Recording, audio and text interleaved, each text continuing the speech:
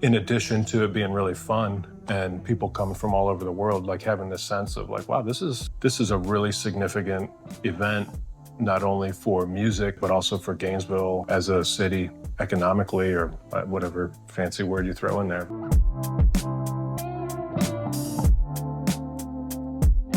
The Fest? What is the Fest?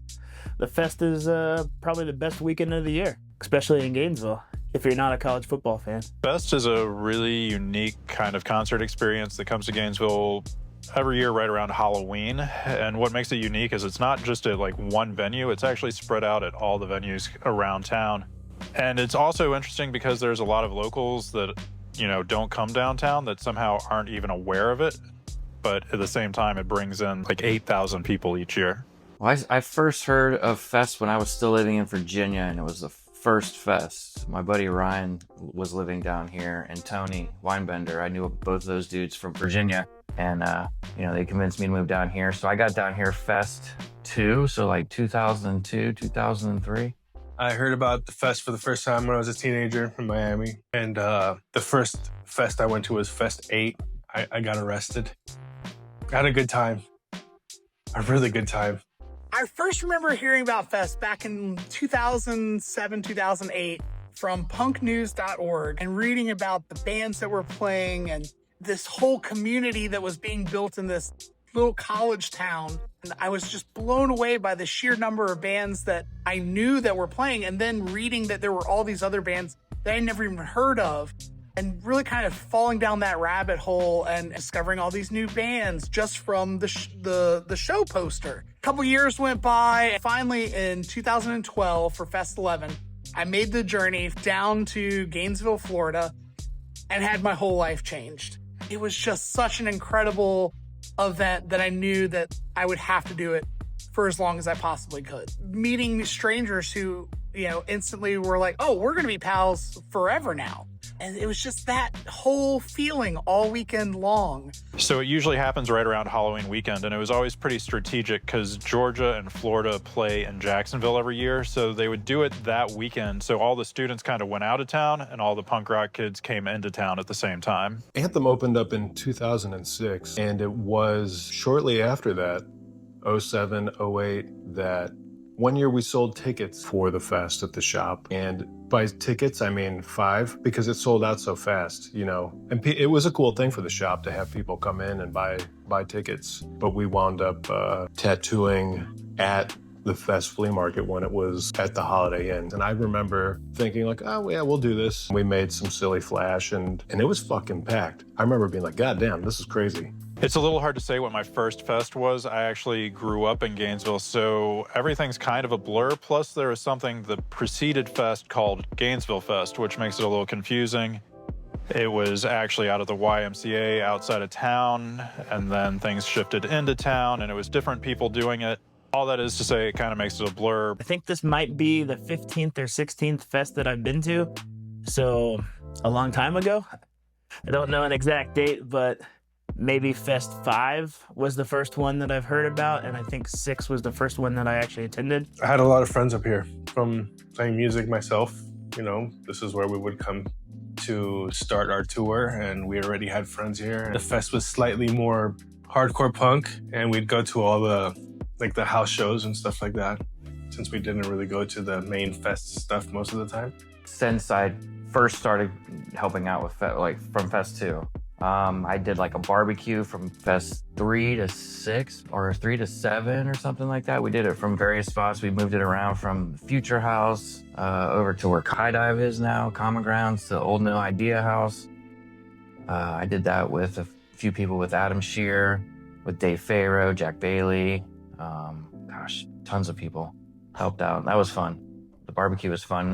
And, now I volunteer. I just set up the fences at Bo Diddley. So I feel like I realized Fest was bigger once I actually got into tattooing. So I started tattooing right around Fest 10. And being in the shop when we literally had hundreds of people coming through, I mean, that's one thing. But when we started seeing how many people were international, when we started seeing people from Australia, from Scotland, from Japan, Germany, You name it. When we started seeing that international crowd, we realized really what a big draw this was and how much it meant to the punk rock community. I've been lucky enough to play like a few other festivals that are all very similar to the actual fest, and they all have like the essence of fest, but it's not exactly the same. I don't know, it just seems like the fest is like, it's kind of changed over the years, where it used to be a party experience, and as the age demographic got older, now it's kind of more about enjoying the experience with friends and people that are traveling in from all over the world for the weekend.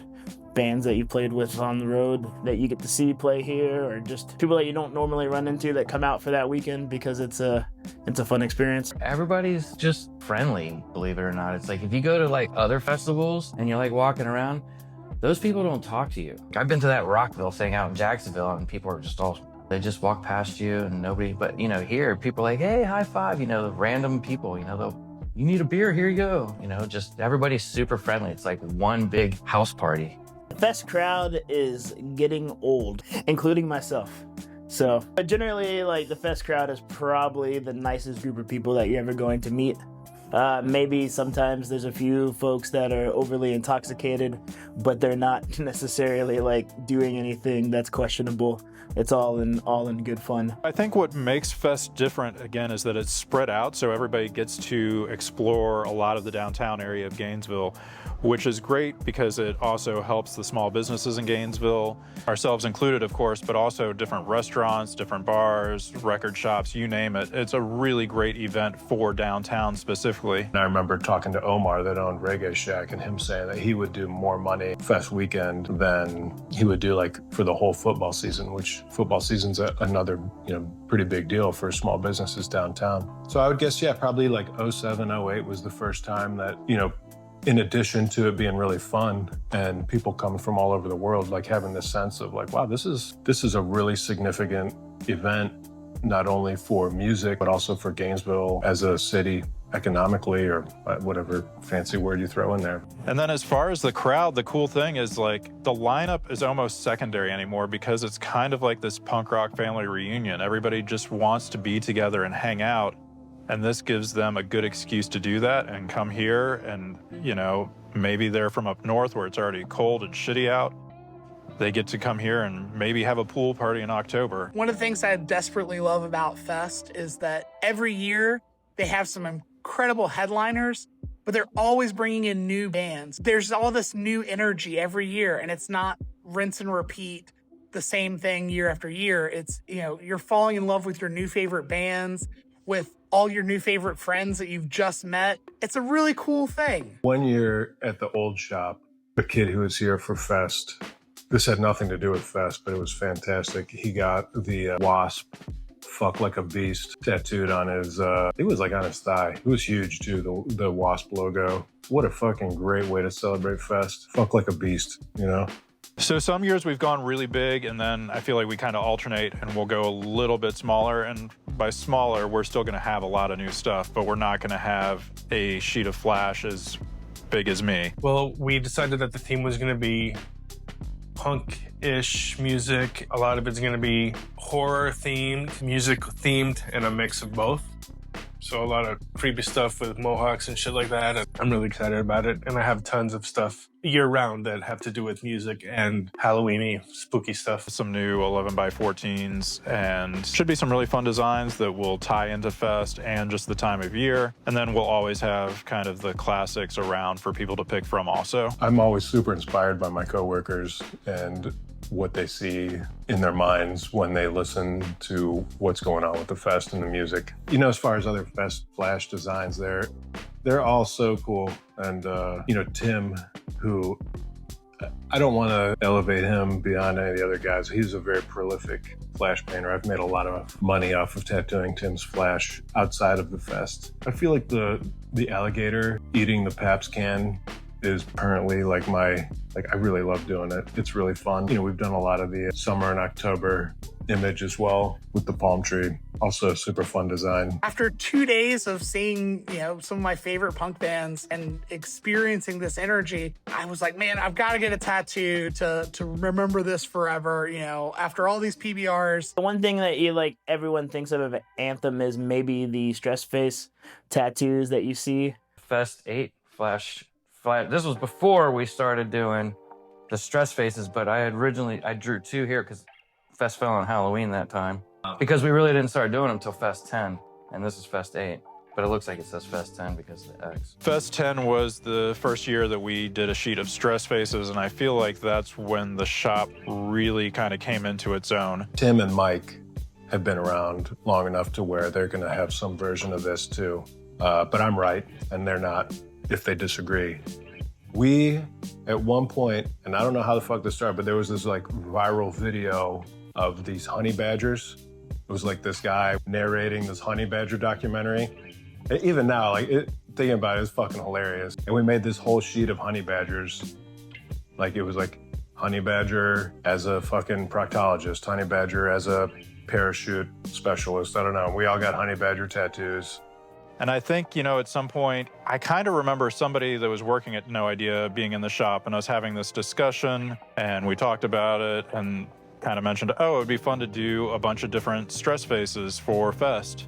And from there, the first sheet probably had 20 to 30. They were always 16 by 20, so we could fit a bunch of them on there.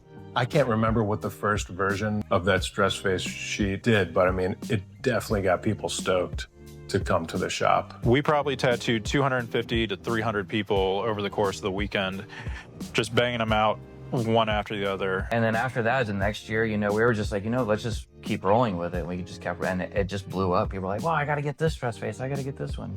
And then the funny part is people were getting them. They have no clue who stress face was.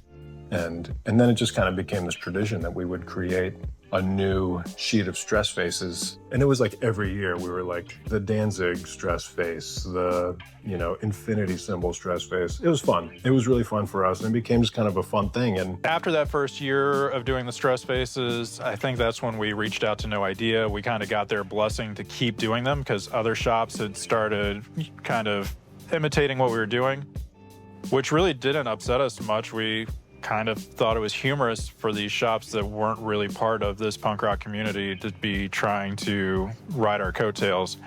But we got the No Idea blessing. We kept doing that for probably 5 or 6 years. At a certain point, how many different stress faces can you make? Probably ran out of ideas, honestly. Yeah, I mean, we still do the stress face. People come in and they'll still get them to this day. I think we literally had 100 to 150 different stress face designs. We really enjoyed doing them. They were always a fun kind of time. But I think, overall felt like it was time to move on to other stuff. Moving beyond the stress face and moving into just different things. Tim was really the push behind doing the giant sheets. I have a tendency to want to overdo things. So the first time we did that was a giant Florida sheet, and I kind of jokingly referred to it. It was as big as Danzig because it's probably about 5.5 feet tall. That sheet has 140 designs that are all Florida themed. And I did that with the help of the shop and some guys that aren't here anymore, the guys over at Alamo, so we'll give them a shout out for their help on that also. And then a few years later, we kind of explored that idea again. We did another sheet, maybe even bigger, but the idea was just palm-sized designs that we could do for right around $200 or less, and that sheet actually has 202 designs on it. So we've definitely had some pretty ambitious years as far as Fest Flash and given people lots of things to choose from.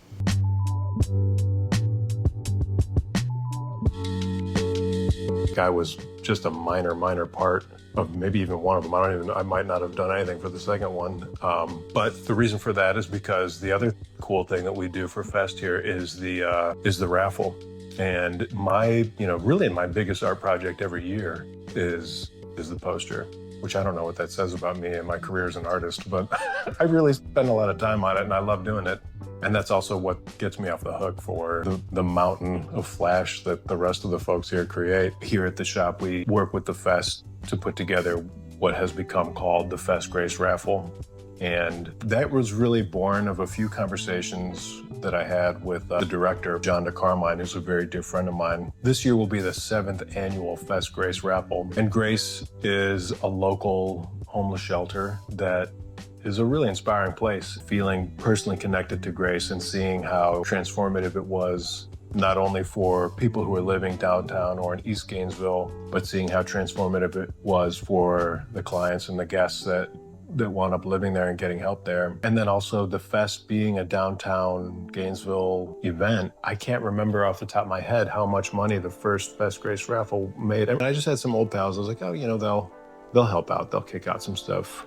There's, if I'm gonna start naming names, it'll take too long, but there are so many people who helped out. And Fest is amazing for partnering with Grace Marketplace every year and letting that happen. They're incredibly accommodating when it comes to however we wanna launch that project. Kudos to all of the Fest staff that put up with my asinine emails, and kudos to all the people that, make it such a streamlined, fun thing too. So there's a lot of good stories that come out of Fest. Most of the Fest stuff that I remember was house shows, like after parties. If you look on YouTube, it's probably still there of when the cops showed up to some house party and there was a riot. People started jumping on the cop cars. I'll never forget that. That was pretty fun. Not too many people have heard of them. Savage Brutality, when they played at the Atlantic and they did the beach party set, and they ordered a 5-star pizza in the middle of the set, and it actually got there before the show was over. So that was pretty cool. I've got one friendship tattoo during Fest with 3 other people. It got me kicked out of Boca Fiesta afterwards for a very weird picture of said friendship tattoo. But that's all in maybe the spirit of Fest. One of my good friends got her tattoo in a spot that was I don't know, not compromising, but in a spot where she was wearing a onesie with jorts on top of the onesie and had to take the jorts off to be able to see the picture. But she was totally covered because she had a onesie on, and someone at Boca did not like that. Jorts were removed at the bar. I feel like Fest has always had some kind of alcohol that it favored. Pabst Blue Ribbon is always in the background. And as someone that I haven't drank since the late 90s, so I really don't have I don't know what the fuck Malort was. I thought that was just a stupid word that I was oh, do you want some Malort? I thought that was do you want me to barf in your mouth? That's what that sounds like to me. But this year, it was Sparks. I don't know if anybody remembers that, but Sparks, it made people fucking bananas. And I remember at the end of the night, we almost, you could have used snow shovels to scoop Sparks cans into the fucking dumpster. I randomly saw this person shitting in the bathroom of the Florida Theater in a stall with no door on it. And remember everyone looking in and being disgusted that this person was doing that. And this is one of my favorite pieces of Fest junk that I have. And I honestly, I'm not super apprised of the story of this young man that was having an awful time, or the best time, I don't know. But he pooped in public in a garbage can, and someone captured it for posterity with a photo that they turned into a koozie, which I think that's fucking classic. We ended up tattooing these guys for multiple years, but they came over from the UK and they partied harder than anybody that I can possibly think of. But, going back to the community of Fest, we ended up tattooing them on Monday right before they leave town. And we were talking to them, having a great time. The shop was pretty much just open for them at this point, so they had all their baggage and everything. Well, it turns out they were taking a Greyhound to whatever airport they were flying out of, but they didn't even have a way to get to Greyhound. They didn't plan anything out. So after the tattoo session, I loaded up these 5 guys from the UK in my car and took them to the bus station, all hungover, all freshly tattooed, and helped them get to the airport. And I think that's kind of what Fest is about, is people just looking out for each other. Maybe this is helpful. Maybe this is, just another dude with a beard who likes punk rock talking about how he likes punk rock in the Fest. But maybe this is the reason that somebody else comes and experiences their first Fest, gets their first tattoo from Anthem, and, has their life irrevocably and enthusiastically changed for the better. hopefully see you down in Gainesville in October. If you've stayed this long, please consider staying for just another minute, because this video wouldn't feel complete unless we thanked some people. First and foremost, we'd like to thank Tony and his staff for putting on the fest. We know it's a huge undertaking, and we don't want to take it for granted. Secondly, of course, we want to thank everybody who comes into town for the event, and especially everybody who comes into the shop and makes us part of it. We are incredibly humbled to know that through you, our tattoos get to travel the world. Also, I'd personally like to thank all the staff and artists here at Anthem Tattoo. It takes a lot of work to put this on every year, and I appreciate everybody's involvement, whether it be painting the flash, or working on the raffle, or our guest artists that come here every year. And also, we'd like to thank all those guest artists for taking their time to join us for the weekend and just enjoy themselves and have a party. Thank you again to everyone.